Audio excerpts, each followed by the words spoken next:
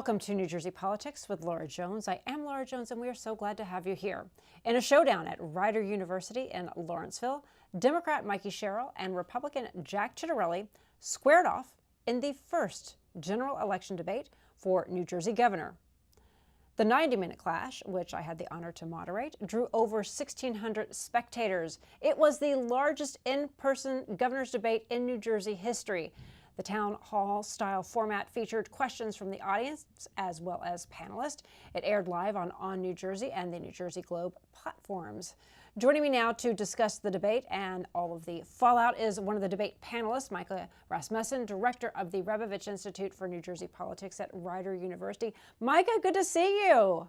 You too, Laura. What a night. What a night. What a night. So your impression of debate night, it was quite an event. I mean, we had the debate and we had the experience at Rider University. So I just want to kind of get your impressions.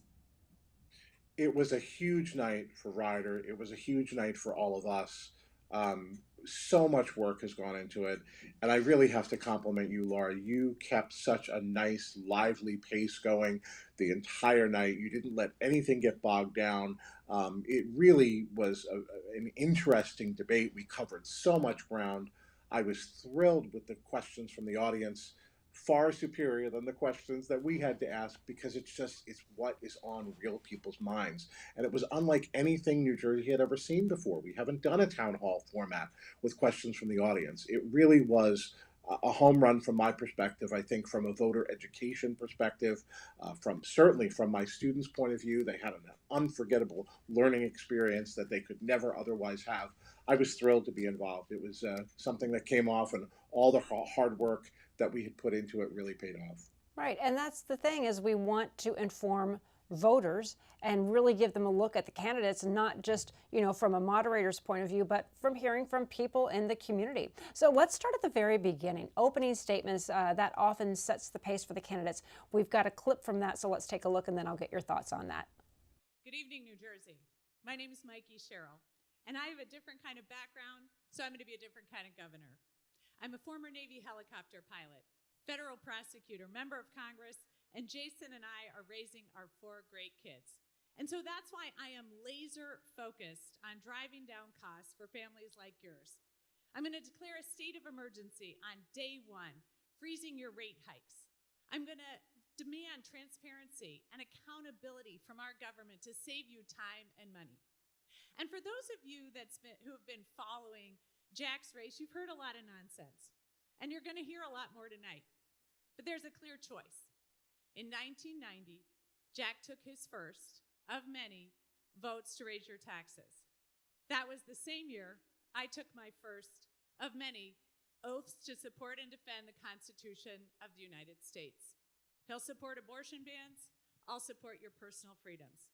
He'll do whatever Trump tells him to do, and I will fight anybody to work for you. Thank you. Jack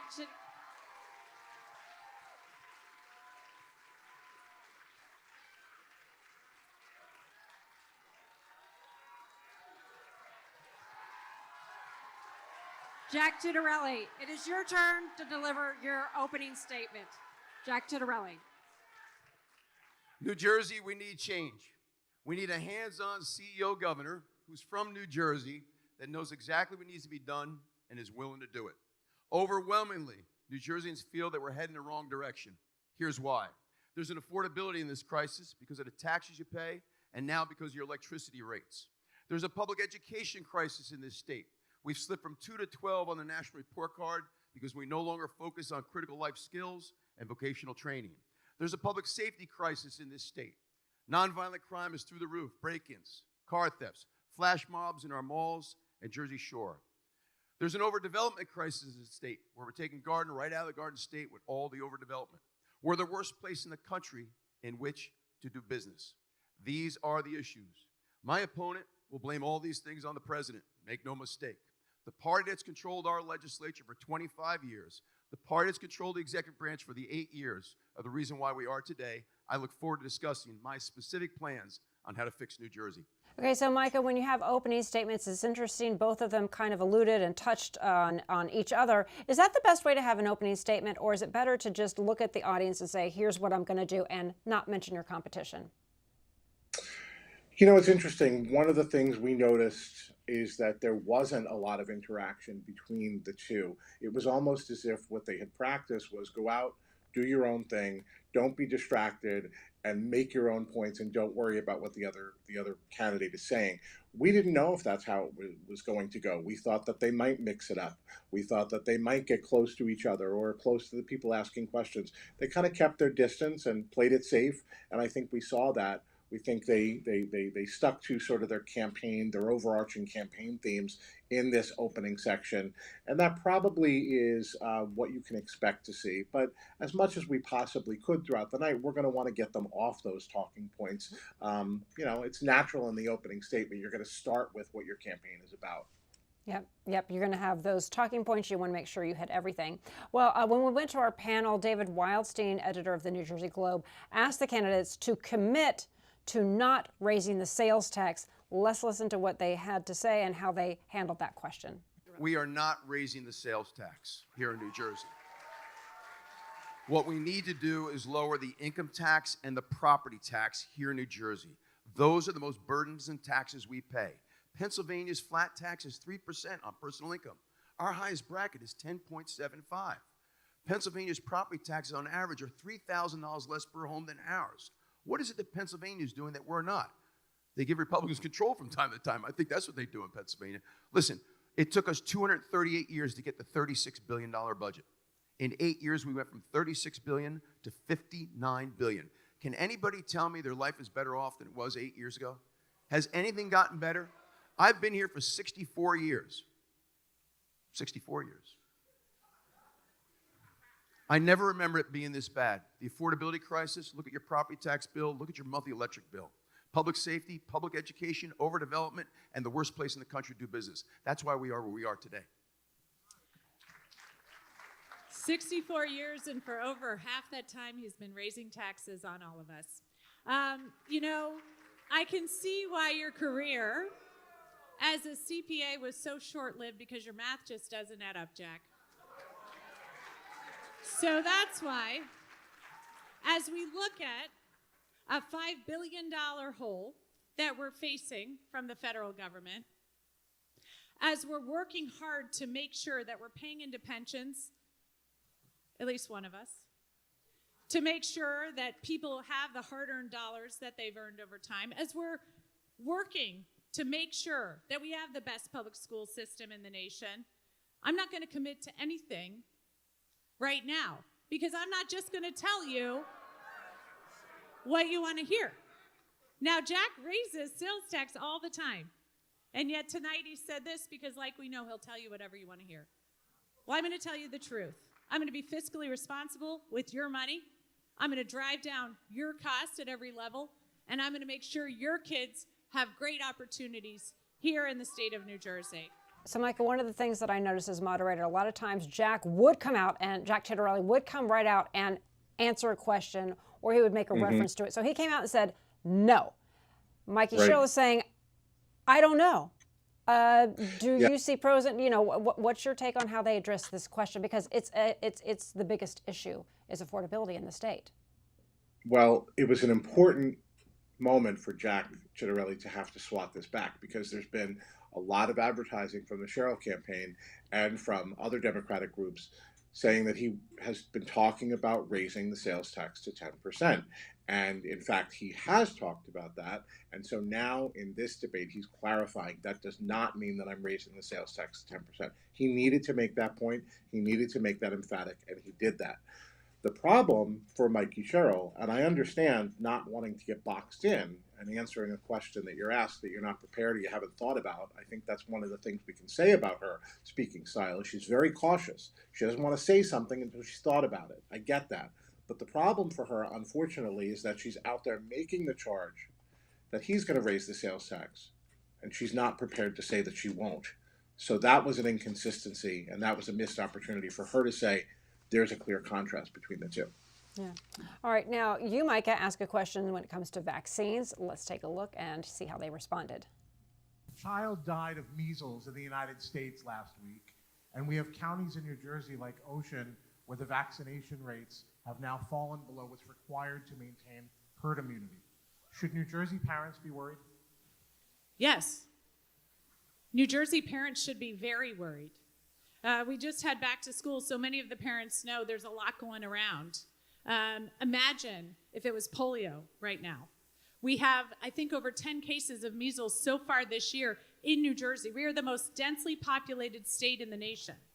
If we are not going to ensure proper vaccinations for our kids, vaccines that have been going on over 50 years and have all but eradicated things like measles, mumps, rubella, and polio. Now we have babies dying of pertussis or whooping cough because people aren't getting their vaccines. These are eminently curable diseases, and we are allowing children to get sick and, yes, die because we are not appropriately following medical research, vaccine protocol, and as governor of this state, I'm joining the Northeast group of governors that is going to ensure that we follow medical guidelines and keep our kids safe. The rise in things like measles, mumps, whooping cough, and the like are very, very concerning. And once we fall below the threshold for herd immunity, it's of great concern in the community.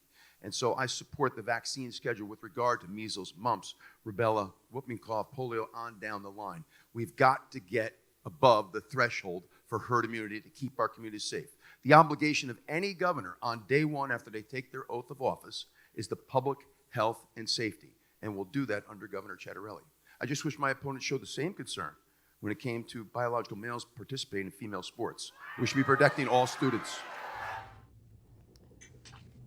So, Micah, that was interesting because they sounded like they agree on a lot more than they disagree on vaccines. But then that's when Jack Chattarelli took a moment, and we don't have that particular soundbite ready to go. But that's when they really went back and forth on what he wanted to get out there, which was not a question about the evening about trans rights.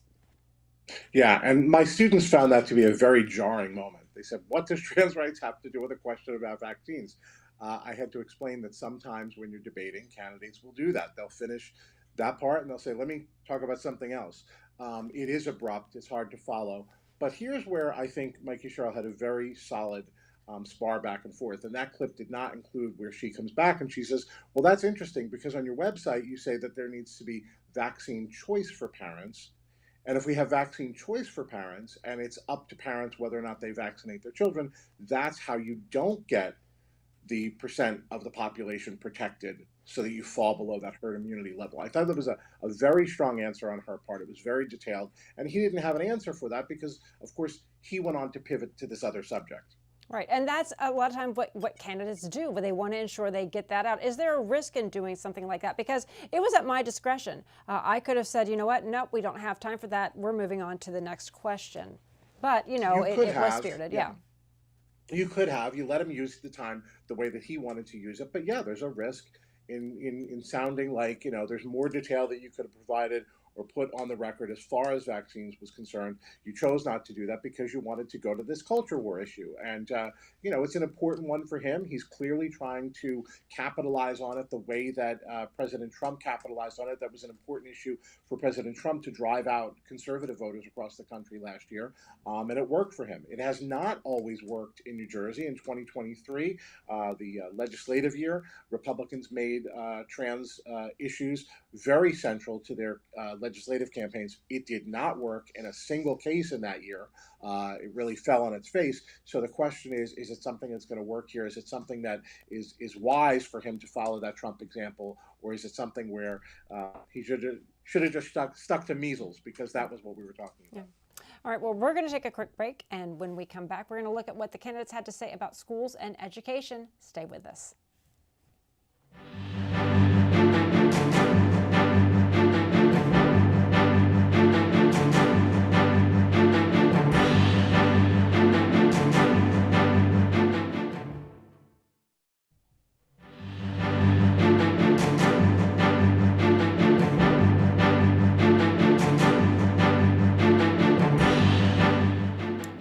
welcome back to New Jersey Politics. I'm Laura Jones, and Micah Rasmussen is my guest this half hour. He is the director of the Rebovich Institute for New Jersey Politics at Rider University, as we continue to take a look at the very first New Jersey gubernatorial debate. Now, Micah, we had a question from a student teacher about the Federal Department of Education being dismantled. Let's listen to that and then get your thoughts. As someone who is a student teacher currently at Fisher Middle School in Ewing, I'm curious as to what you will do as governor to continue to invest in education in New Jersey, given the dismantling of the Federal Department of Education. That's a great question. And first of all, thank you. I have a middle schooler, so you're doing the Lord's work, I have to tell you. And they don't always shower as much as they should. So thank you. Thank you very much. Yes, the dismantling of the Department of Ed is a huge issue. This is one of the ways in which we're seeing a huge hit come into our state budget. It's why I fought so hard to say that we're going to claw back that money. My attorney general is going to sue to claw back as much money from the federal government as we can. We pay $70 billion more into the federal government than we get back as a state. So if they're not going to run their programs, they just need to send that money back so we can run them. And this is a real difference between myself and my opponent, who says he doesn't disagree with anything Trump's doing and that he's never going to sue him. So what matters most in a child's education is that teacher, that family, who I hope is supporting the teacher and making sure the students do everything when they get home. You know how difficult it is to teach if parents aren't fulfilling their responsibility, and of course that student. And the point I'm trying to make is the farther away you get from the classroom, the less impact I think any governmental institution has on what's taking place in the classroom and student learning. So I don't necessarily have a problem with the president and the administration downsizing the Department of Education. Just because they got rid of the Department of Education doesn't mean they got rid of federal funding.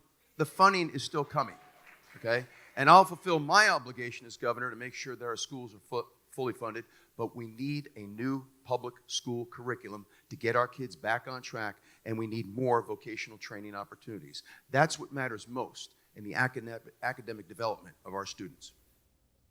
All right, Micah, let me just get your thoughts, because, you know, they're looking at it from, they're trying to present information different ways. Jack Ciattarelli saying, well, just because they're taking it apart doesn't mean that they're going to be losing funding. So how did you think they handled the question? Well, you know, I think implicit in this student's question is that dismantling the Federal Department of Education is going to have an impact. Clearly, he is somebody who studies this, and this was what bothered him the most as a future teacher. And does the state have it at hand? Jack is saying, we absolutely will. We'll take care of what we need to take care of to fill the void. Micah Rasmussen is saying there is a loss. And I think, again, implicitly, the student is sort of in his question saying, there's a loss here. How are we going to bridge the gap?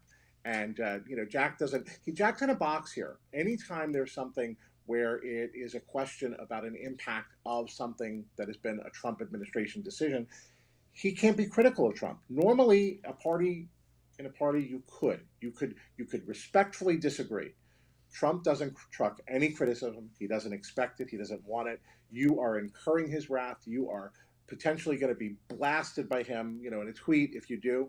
And so you just have to sort of grin and grit and bear it. And that's what he's got to do. But Cheryl was free to say, yeah, there's going to be an impact here. And yeah, it's going to be adverse. And, you know, we have to acknowledge that. And so I think that was more along the lines of what this student was thinking and asking in the question. Well, before we go to our next soundbite, let's talk about the Trump factor. How is it affecting how Jack Ciattarelli is running his campaign? Because in the past, has he not been critical of President Trump? And now he's, you know, supporting the president with everything that he's saying. I asked him about that. I said, you know, can you account for the change between 2017, when you were sort of a never Trumper, and now? And I cited some examples how, you know, sincere New Jerseyans can't really get past these examples, like the January 6th pardons of police attackers and, you know, other questions of things that people say they can't look past. And he didn't engage. He couldn't engage because, again, you cannot criticize Trump if you're a Republican and be a viable Republican candidate. So his strategy is to pretend that Washington doesn't exist, that the president doesn't exist, right? To say, yes, I support the president, that's what he's got to do. The risk for him is that that's not enough. The risk is you've got a good candidate who ran 4 years ago and came very close to beating incumbent Governor Murphy in a much better environment. The Democrats were defending the White House 4 years ago. Today, you've got that same good candidate who's in a much less advantageous climate because they're defending the White House. And those are typically tough things for a party to do. So that's like sort of the mirror image of the advantage that he had last time. Yeah, it's really fascinating to watch, the political strategy there. I do want to get to one other soundbite that we have, and it was when the candidates were talking about housing and overcrowded schools. Let's listen in and then get your thoughts. First, to make housing more affordable, it's accepted we have to increase its supply. That said, we know that when voters hear more housing, they become concerned about overcrowding schools. Would you support a state bond referendum to give the Schools Development Authority the funding to build new schools throughout the state? No. What I will support is to make sure that government is working in partnership with the private sector to make sure that there's more affordable housing. And by the way, we need to stop. Right now, affordable housing is all rental. We need more lease to purchase opportunities.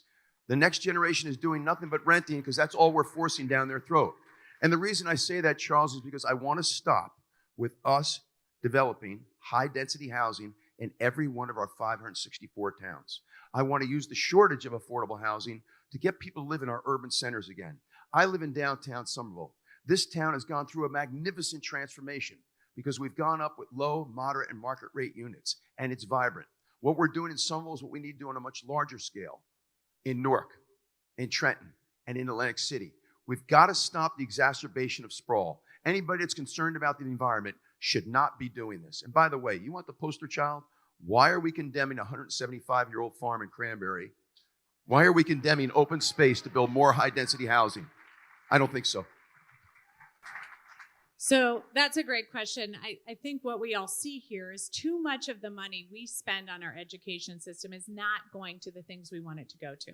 So for example, number one, students, educators, buildings, and we know how necessary it is because I'll tell you in Montclair, we had the stairway fall in high school. People couldn't go to school for several months. In Patterson, we've had the ceiling fall in an elementary school. So we have some of the oldest school inventory. We have to address it. But unfortunately, so much of the money is going to a bloated administration right now. We need to move that money into the places that we want to address. But you've also raised something about our state that I think is important, and that is about how we're going to develop it. And what we really need to do is have a statewide plan to protect our open spaces, because many of us know how deeply we really enjoyed them during COVID and how necessary it is for the health and mental wellness. That's why I've been a person at the Great Swamp Gala, as I've spoken there about how important open spaces are. So we need to do both, develop and have our open spaces preserved. All right, Micah, how do you think the candidates answered that question? Well, there's a little bit of an implication here when Jack says that affordable housing should be centered in our urban areas, because that may be something that suburbs that don't want the affordable housing, they may be attracted to that. They may like what they hear. The fact is that our affordable housing mandates that the Supreme Court has said have to be for every town are that every town has responsibility for building units. So towns don't love that. They don't want to be told what to do. So this may be music to their ears. This is a calculated decision that Jack is making to say, yeah, build them in the urban areas, build them somewhere else. The problem with that strategy is that, number one, the affordable housing that's being built is being built in the cities, by and large, and the cities can't handle all of it. They can handle what they can handle. And the second thing is, there aren't many towns across this state that don't have the infrastructure, that don't have the bus stop, that don't have the ability to absorb the affordable housing. I think that it is correct what the questioner is saying, which is that often now, I think a lot of opinions have changed here. Often now, it is the concern over the resulting cost. Are we going to have to build a new school? Are we going to be left to pay for that? So if those are taken care of, and towns' taxpayers are held harmless by affordable housing, by the state saying, we're going to take on that cost, then I think attitudes may have changed. Again, this is a calculated decision. Are we still a state full of NIMBYs, build it somewhere else? Or are we saying, yeah, we would build it here if it wasn't for the cost? So we've got to, one of these strategies is going to work. We'll see which one it is. Yeah. And then, if you're a member of the audience, you might be thinking, well, what are they talking about that? Because there's affordable housing, and then that's housing that can be affordable. So That's just, right. yeah, and two different things. So, Yeah, and there has to be a consideration for if you talk about a comprehensive housing policy, it's got to address renters, it's got to address affordable, it's got to address availability of mortgages, it's got to address housing, the cost of our existing housing stock, which is through the roof, right? Which constrains people from being able to get into the market. There's no such thing as a starter home anymore. So, Cheryl has talked about different segments of the market and the need to drive affordability at all segments of that market. Micah Rasmussen, thank you so much for being a part of the debate and today's show. It's always good to see you. You too, Laura. Thank you. And that's going to do it for today. I'm Laura Jones. Thanks so much for watching New Jersey Politics. We look forward to seeing you back here next time.